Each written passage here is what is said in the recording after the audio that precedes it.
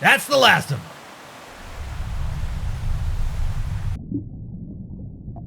What on earth were those things anyway? Those were sea eaters.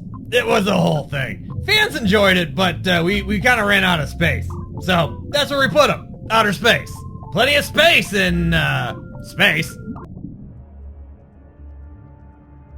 I have to say, being a space eater isn't nearly as much fun. Lower calories, I guess. And less dirt to scrape against, so it isn't all bad. Ow! Ow! Ugh! Space! Oh, what the hell? I'm a sea eater. In space! Well, you can't call yourself sea eater now. There's no water out here. Now you're just a space taker-upper. Your name sucks. Yeah, I'm kind of out of my element. Of course, you're out of your element too, Mr. Whale. Whales are mammals, so we're out of our element in water too. Basically, we don't make sense anywhere, so why not be in space? If it's good enough for a psychedelic calendar, it's good enough for me. How can we have a conversation in outer space anyway? Sound can't travel in a void. Don't even ask. I just did. Time to go get milk. Not again! What the hell's so good about milk anyway? Why does nobody I meet just have milk on them? They always have to leave to go get it.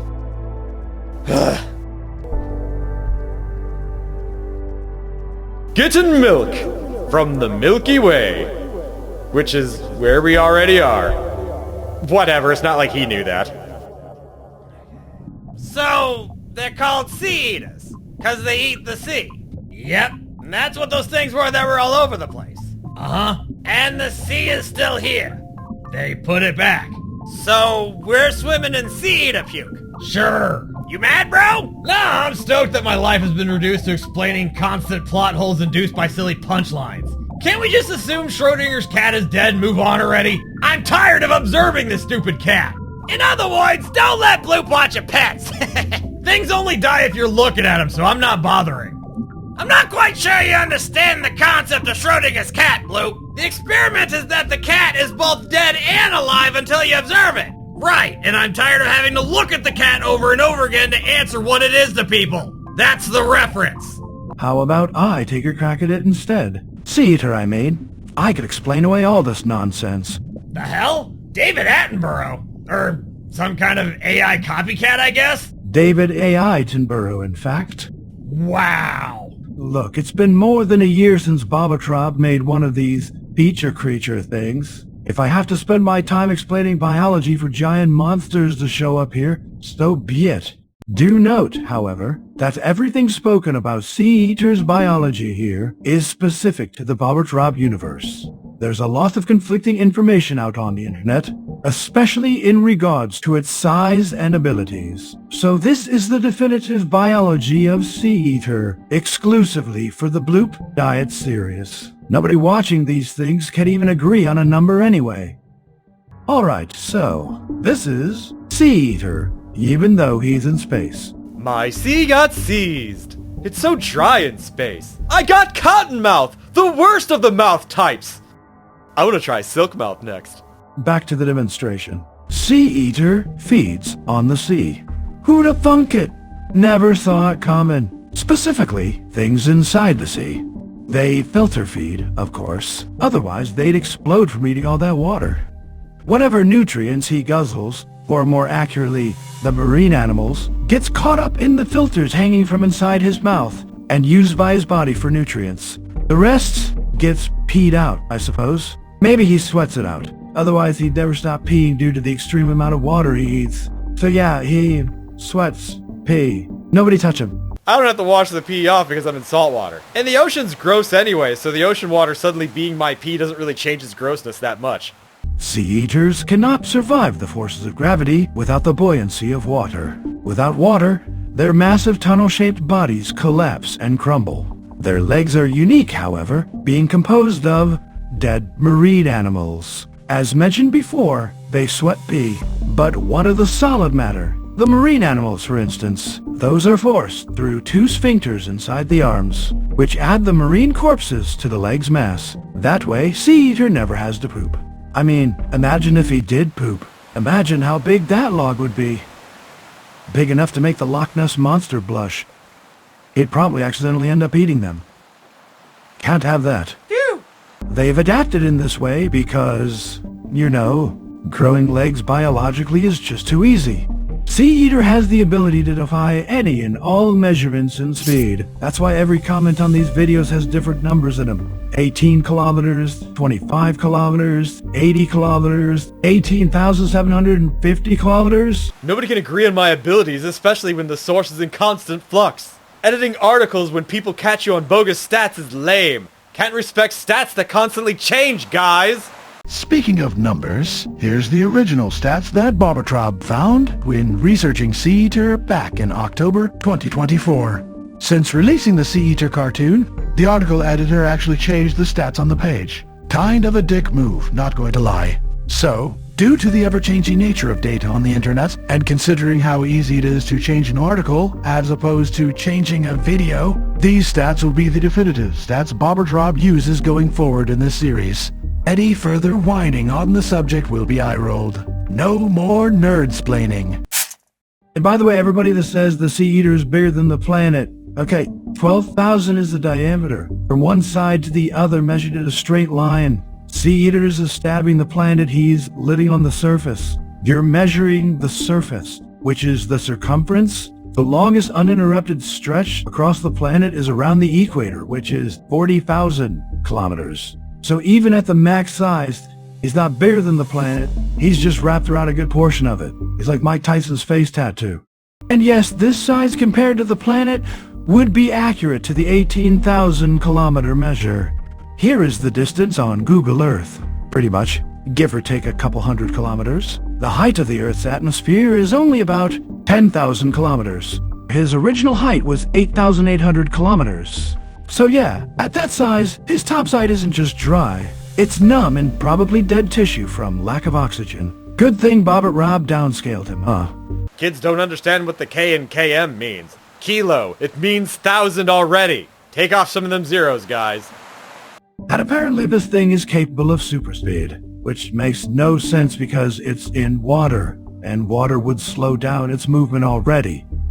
And it's clearly big enough that it's just going to be dragging its mouth through the dirt constantly, which would also make it slower. The water displaced when moving it would end up making the consistent speed impossible anyway, so nice try, author. Your stats still make no sense. Also consider that super speeds would cause G-forces back onto the body when moving forward, meaning it can't survive its own super speed if gravity causes it to collapse and crumble without water. The faster a thing moves, both in time and space, the more G-forces are applied against the body due to the movement.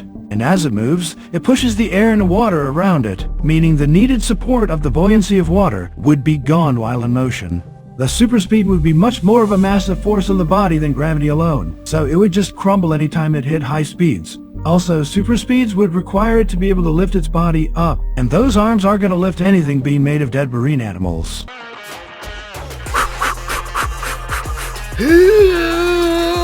Stupid tiny biceps!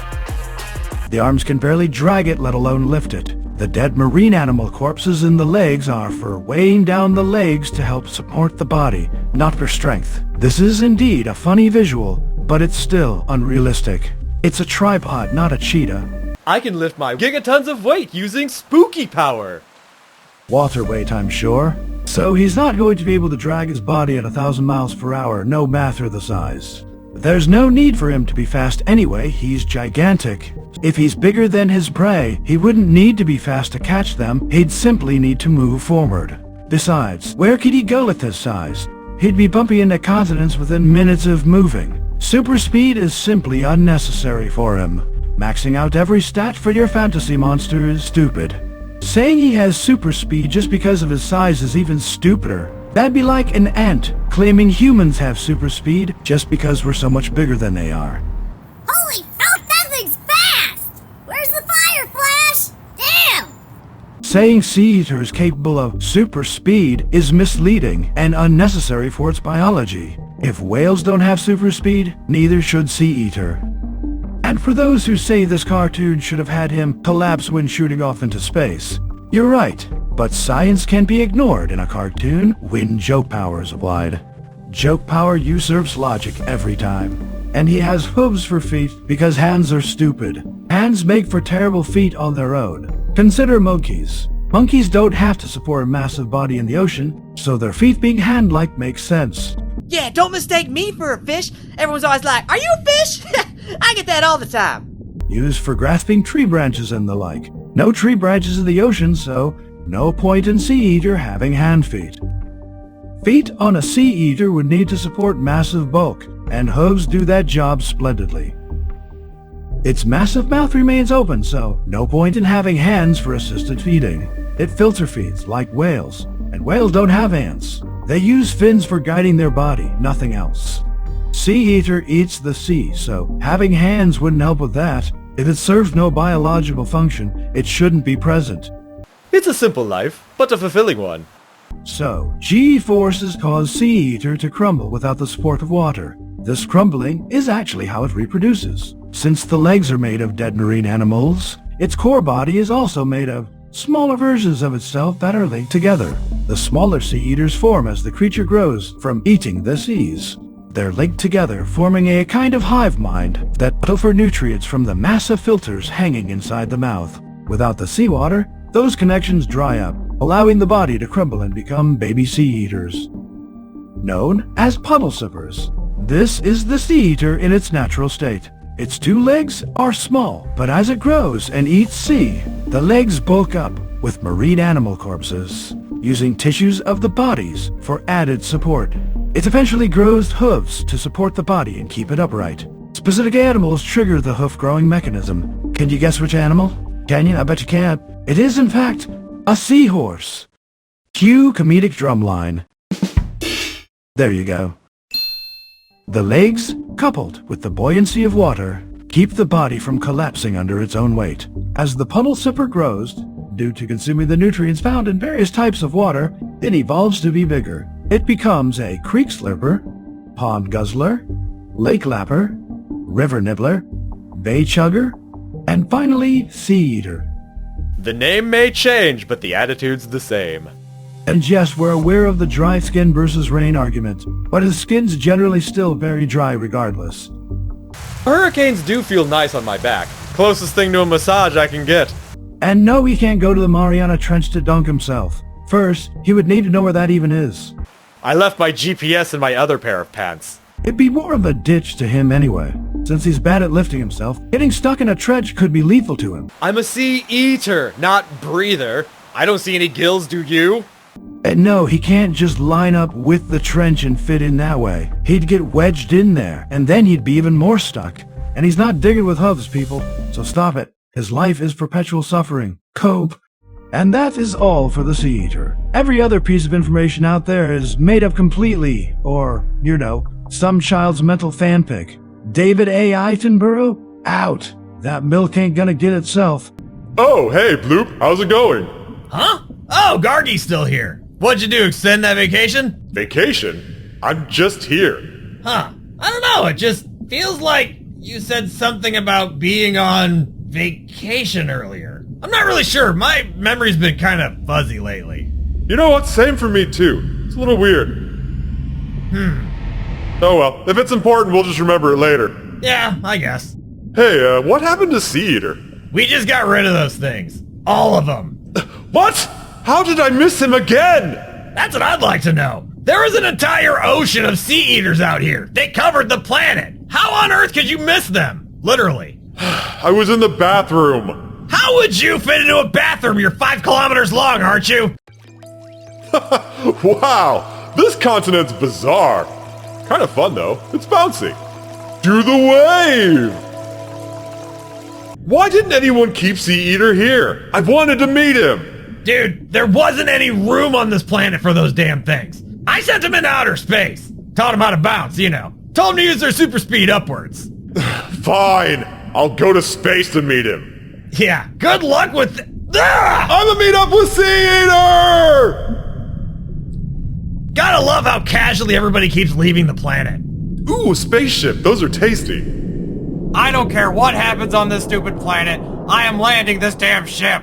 Not again! Mayday! Mayday! Why does this keep happening? Crunchy. I'm running out of escape pods. Ugh, my insurance rates are gonna go up again, aren't they? Ah! Where's Sea Eater? Will you guys leave me alone? I'm posing for a lazy celestial calendar over here. You're gumming up my shot. How big are you? Oh, Space Lord, you're another size-obsessed monster! God, you things are a dime a dozen! Just give up already! Trying to blindly find a creature in this vast expanding dong of a universe is like trying to find a needle in a haystack, in a haystack, in a haystack, in a haystack, in a haystack, in a haystack, in a haystack, in a haystack, in a haystack, in a haystack, in a haystack, in a haystack. You know what? Never mind. I met a baby sea eater, I think.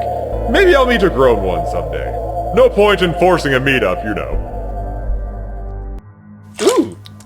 That comment was moist. Nice. Hello, stranger! Not now, you space eater. Okay, no big deal. Maybe next time. Wait, did that thing have hooves? You can lead a horse to water, but you can't make him eat the sea! That's my job! Neptune, here I come! Feel free to bitch about what we discussed in the comments. We know you're going to, you nerds. I'm kidding, of course. Much love. You know I pulled you over? You reckless fuck. Damn speedy punks. Had the whole precinct chasing after you. I'm a week from retirement, you bastard. And you're gonna pull me back in like this. Damn!